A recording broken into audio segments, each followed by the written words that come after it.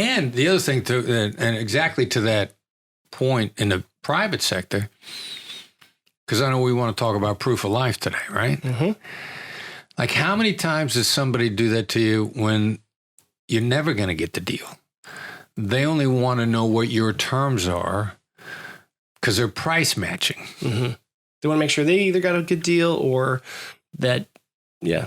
Well, they're going like to this other guy, right? They're going to their shopping. brother-in-law, but they want the best deal they can get out of their brother-in-law, right? Or the guy that got the mortgage for them last time, or the guy that their father-in-law wants them to go to, right? You know, they got. There's an old saying: if you don't know who the fool in the game is, it's probably you. There's always a favorite and a fool. Mm-hmm. You're the fool. Right. But they want to take your terms and make their favorite match them. They want you to commit to something, like give them a rate. And so do you think that it's probably better to then just turn it and ask questions before you give up the rate, right? You want to say, well, what's your credit score like? Or what's your... Well, not your credit score, but I want to know right away whether or not I'm the favorite or the fool. How do you do that? Well, vision drives decision. What does that mean? What that means is before they walked in the door to talk to you, they had a vision of what they expected to happen, either with you or with the other person. Mm-hmm. So a simple question of, all right, so if you decide to move forward with us, what would that look like? Or when you move forward, what's it look like to you? Assuming the sale, right? Yeah, but begin to ask them without them knowing, you need to get their vision of the future out of their head, and are you in it? Because they might be like, well, I'm just shopping right now. Right. Okay, cool. Well, look, man, when you're shopping, when you make up your mind, when you want the best deal, somebody's dedicated to your future, come back in and we'll talk. Because if you're the fool in the game, every moment spent with that person is a moment away from somebody that wants to do business with you. Right. And you cannot make a living blowing all your time on someone who's not going to do business with you. So true. So find out. You got to ask those questions. So what are those positively, again? You know, what's this look like going forward? When you make up your mind, what are you looking for? Mm-hmm. You know, you have to find out what the vision of in their head moving forward is. What's their vision of the future look like? What's the decision look like? Another one is like, all right, so when you made a decision like this in the past, how'd you make up your mind? They're going to outline what that person looks like. I went with the best, lowest rate, or I went with the person my dad told me to go with, or whatever it is. You got to find out what it is, and then you start to find out. I mean, you're either the favorite or the fool. There's no middle ground. Mm-hmm. And Can you switch it, though? Can you become the favorite? Or do you have to just simply find out that you're the fool and move on? The amount of time it's going to take you to become the favorite is equivalent to the amount of time you could close 4 other deals. That's good advice. And every single professional in every industry that we've talked to, if they're experienced in the industry, when we talk about the favorite or the fool concept, one or two things happen.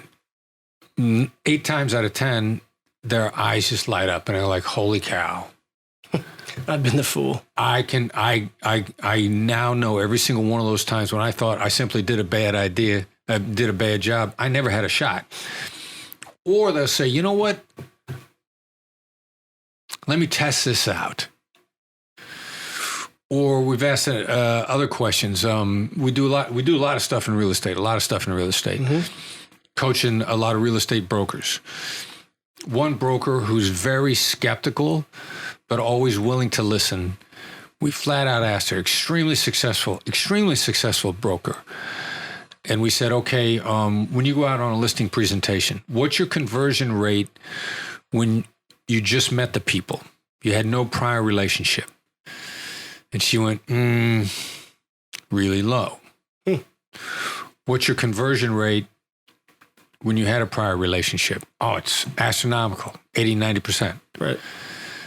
Did you assume you just did a bad job with a low conversion rate, people? Or maybe you were never going to get it?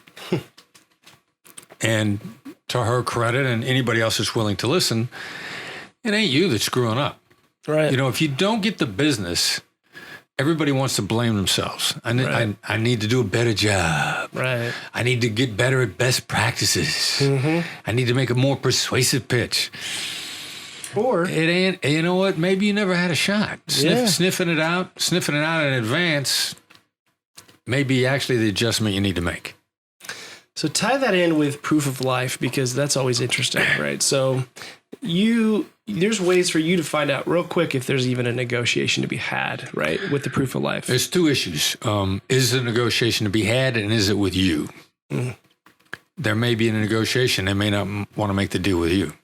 Even bad guys, even kidnappers. Actually, what ended up happening most of the time in kidnappings was a competing gang would find out the person had been kidnapped, try to get to the family of the company first to score a ransom before the company realized they were paying somebody that didn't even have the hostage.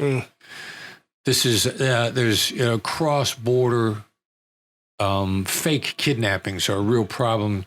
Any place where college kids go to party, they're out drinking, they lose their wallet.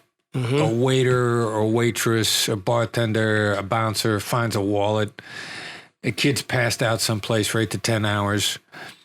Let's call the family and tell them we got him. Maybe we can score a ransom before the kid wakes up. Wow. It happens on a regular basis. That's a scary call to get. Yeah, well, they're good at it. They know they got to scare the person into making a payment now. I happen to have some social acquaintances that happen to. I just heard about that happening in Paris with a friend of my daughter's. Yeah, the older brother. It happens. Yeah. It's crazy. Happens. It's amazing what people do when they're scared. Yeah. So you got to get to proof of life in that situation. Right? Maybe you got the hostage. Yeah. And then they show you the ID, maybe, right? Like, is that how they do the proof of life? Or well, then the next issue, and this was actually, how do we know they're alive? How do we know that if we pay, you're gonna let them go? Right. I mean, the real issue was, what's a legitimate question that you can respectfully ask? And as astonishing as it is, kidnappers realize that's a legitimate question. And as long as you ask it respectfully, politely, the Brits got a great phrase. You can be as rude as you want as long as you're polite about it. Yeah. Which really means it's okay to be assertive, just do it politely. Interesting. Under any circumstances, there are always legitimate questions that you can ask as long as you ask them politely.